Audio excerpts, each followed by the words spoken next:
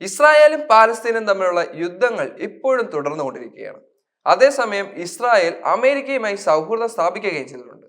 ഇനി അമേരിക്കയുടെയും ഇസ്രായേലിന്റെയും പദ്ധതികൾ എന്താണെന്നുള്ളത് വളരെ വലിയ ചോദ്യചിഹ്നമായി നിലനിൽക്കുന്നു. അതിനിടയിൽ ജെറുസലേമിൽ ലൈബ്രറി നടത്തിയിരുന്ന രണ്ടുപേരെ ഇസ്രായേൽ പോലീസ് അറസ്റ്റ് ചെയ്ത് ഇസ്രായേലിലേക്ക് കൊണ്ടുപോയി എന്നുള്ള വാർത്തയാണ് ഇപ്പോൾ ലോകത്ത് പ്രചരിക്കുന്നത്.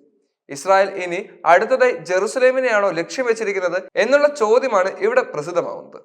ഇസ്രായേൽ പല രാജ്യങ്ങളെ ആക്രമിക്കുകയും അവിടെയുള്ള ജനങ്ങളെ ശല്യപ്പെടുത്തുകയും അവരെ ബന്ദികളായി കൊണ്ടുപോവുകയും എന്നുള്ള ആരോപണം ശക്തമായിക്കൊണ്ടിരിക്കുകയാണ്. ജെറുസലേമിൽ ലൈബ്രറി നടത്തിയിരുന്ന രണ്ടുപേരെ അറസ്റ്റ് ചെയ്ത് ഇസ്രായേൽ നടപടി സ്വീകരിച്ചിരുന്നത്. പുസ്തകങ്ങൾ വിറ്റ് ഇരുവരും പൊതുസമാധാനം തകർത്തെന്ന് ആരോപിച്ചാണ് ഇസ്രായേൽ പോലീസിന്റെ നടപടി വന്നിരിക്കുന്നത്. മഹ്മൂദ് മൗന, അഹമ്മദ് മൗന എന്നിവരാണ് അറസ്റ്റിലായിരിക്കുന്നത്. സൈഫറ്റിക് ലൈബ്രറിയുടെ ഉടമകളായിരുന്നു ഇരുവരും. ജെറുസലേമിലെ സലാഹ് അൽ ദിൽ സ്ട്രീറ്റിൽ 2 ബ്രാഞ്ചുകളാണ് ഇവർ ലൈബ്രറി നടത്തിയിരിക്കുന്നത്. ഇവിടെ ഇസ്രായേൽ പോലീസ് അതിക്രമിച്ചെത്തി റെയ്ഡ് നടത്തുകയായിരുന്നു. സ്റ്റോക്കുകൾ പരിശോധിക്കാൻ ഗൂഗിൾ ട്രാൻസ്ലേറ്റർ ഉപയോഗിച്ചതിനെ തുടർന്നാണ് ഇരുവരും അറസ്റ്റിലായിരിക്കുന്നത്. പാലസ്തീൻ ചരിത്രങ്ങൾ പറയുന്ന പുസ്തകങ്ങളാണ് ലൈബ്രറിയിൽ ഉണ്ടായിരുന്നതായാണ് റിപ്പോർട്ടുകൾ വ്യക്തമാക്കുന്നത്.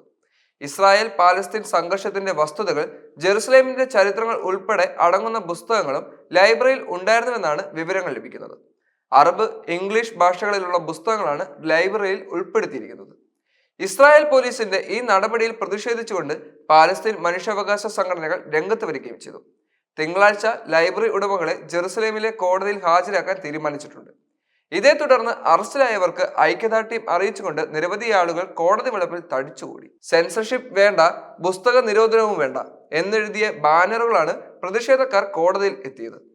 അതേസമയം കഴിഞ്ഞ ആഴ്ച ഖാൻ അൽ സീദ് മാർക്കറ്റിലെ ജെറുസലേം ലൈബ്രറിയും ഇസ്രായേൽ സൈന്യം നേരിട്ടെത്തി അടപ്പിച്ചിരുന്നു. ലൈബ്രറിയുടെ ഉടമയായ ഷിഹാം അൽ അക്രാമിയുടെ സൈന്യം അറസ്റ്റ് ചെയ്യുകയും ചെയ്തിരുന്നു. പ്രകോപനപരമായ പുസ്തകങ്ങൾ വിറ്റ് പൊതുസമാധാനം തകർത്തെന്ന കുറ്റമാണ് ലൈബ്രറി ഉടമകൾക്കെതിരെ ചുമത്തിയിരിക്കുന്നത്. 2024 ജെറുസലേമിലെ ഹിബ്രു സർവകലാശാലയിൽ നിയമ പ്രൊഫസറായിരുന്ന നദീര ഷൽബൂബ് കെവാൽക്കീനെയും ഇസ്രായേൽ പോലീസ് അറസ്റ്റ് ചെയ്തിരുന്നു.